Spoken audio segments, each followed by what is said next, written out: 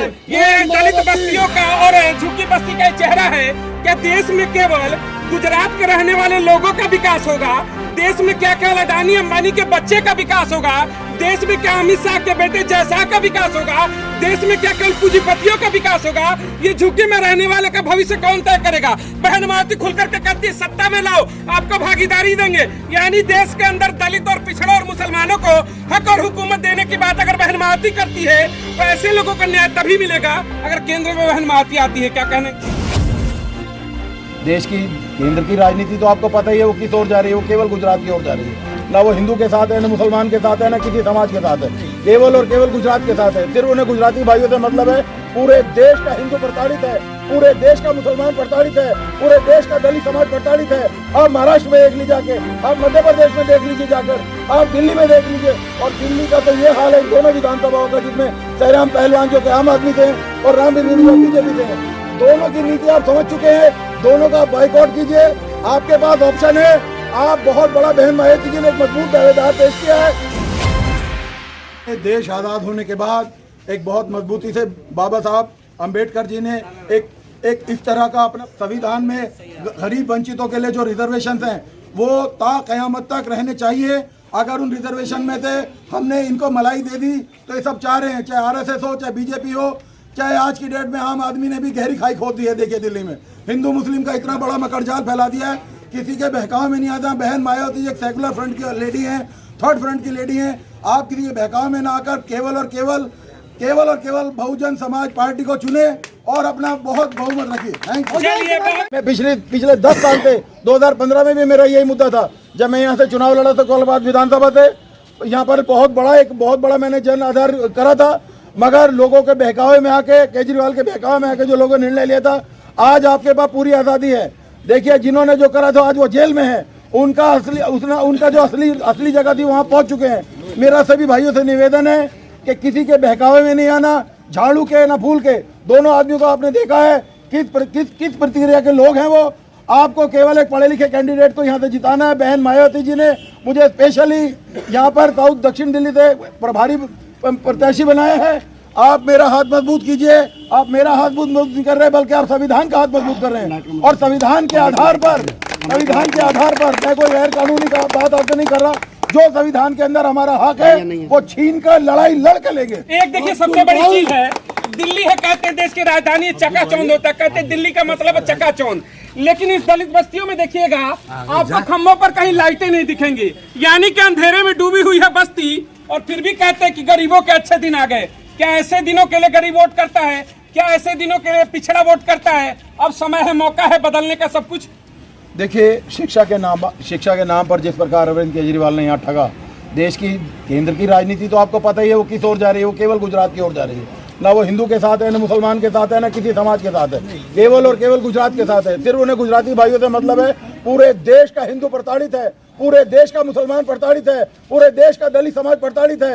आप महाराष्ट्र में देख लीजिए जाके, आप मध्य प्रदेश में देख लीजिए जाकर, आप दिल्ली में देख लीजिए। और दिल्ली का तो ये हाल है इन दोनों विधानसभाओं का, जिसमें जयराम पहलवान जो कि आम आदमी थे और रामवीर जो बीजेपी से हैं। दोनों की नीति आप समझ चुके हैं।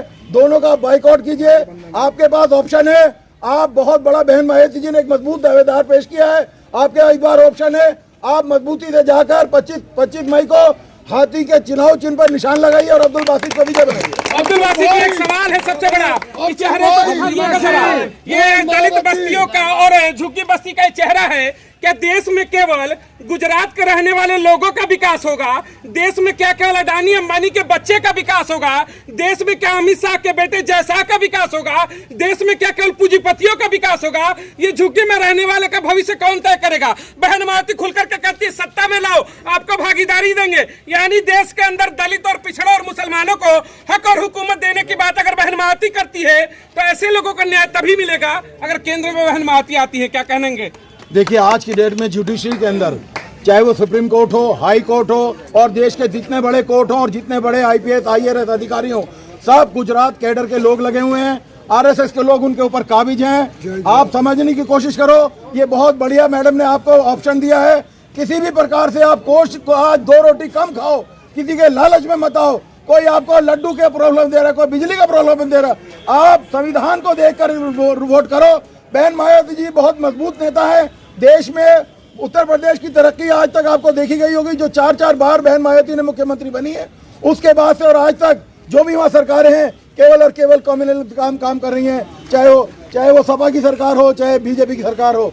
बीजेपी की सरकार और सपा की सरकार में समझता हूँ एक जैसा है, क्योंकि उन्होंने जो दलित समाज के लोग थे सपा में वो सब जेल में हैं, जो मुस्लिम समाज के लोग थे वो सब जेल में हैं, मगर आप देखना कोई भी यादव पूंजीपति उत्तर प्रदेश का वो जेल में नहीं है। तो बहन मायावती का जो इंसाफ था उस इंसाफ को लाना है, कानून व्यवस्था दुरुस्त करनी है। दिल्ली में कानून व्यवस्था का मैं आपको वादा करता हूं कि एवरेज वेट 40 किलो आज इंसान का रह गया दिल्ली में। क्या दिल्ली इसी लायक थी? क्या हम दूध नहीं पीते, हम चाय नहीं हम खाना नहीं खाते? मगर क्या है कि इस तरीके से इन्होंने यहाँ पर गपर जाल कर रखा है लोगों को खाने। अब्दुल वासी जी, आपकी लड़ाई बड़ी तगड़ी है, कुछ चीजें दिखाना चाहूंगा। इन तस्वीरों को देखिए, ये जो झुग्गी है, ये झुग्गी के अंदर रहने वाले जो गरीब तबका है, बहन मायावती की लड़ाई इसी की है कि झुग्गी वाले को निकाल करके उसका मकान देंगे, यानी कि जो दलित समाज है उसको भी मुख्य धारा में लाएंगे। इस झुग्गी के लड़ाई को लड़ने के लिए पूरी बीएसपी तैयार है। क्या लगता है कि संवैधानिक रूप से अगर सत्ता में आते हैं, केंद्र में आते हैं, तो इन झुग्गियों का भविष्य बदलेगा?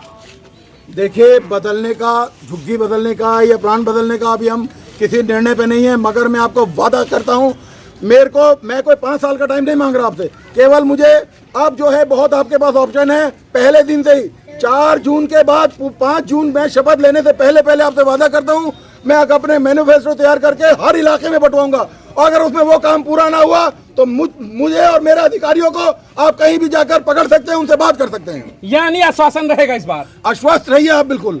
मैं जिम्मेदार आदमी हूँ, सब कुछ है भगवान का दिया, मेरे पास बढ़िया सेटअप है, मगर मैं इस लड़ाई को लड़ने जा रहा हूँ सिर्फ गरीबों के लिए।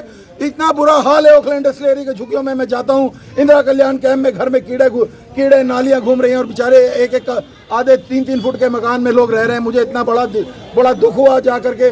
पिछली बार संजय कॉलोनी में ये हाल, मतलब मैं आपको वादा करता हूँ किसी के बहकावे मत, ना शराब के ना किसी के बहकावे मत आइए, ना ये मानिए कि झाड़ू आपको जिता के देगा। देखो हर हालत में बहन मायावती जी जीत रही है यहाँ से, कि अपना वोट खराब नहीं करना, झाड़ू के बहकावे में नहीं आना। वो ये कह रहे हैं कि बीजेपी का मैडम बी टीम है, मैडम जो है हिंदुस्तान की ए टीम है, उनसे बड़ी राष्ट्रीय पार्टी दिल्ली में इंडिया में कोई नहीं है। नहीं है। चलिए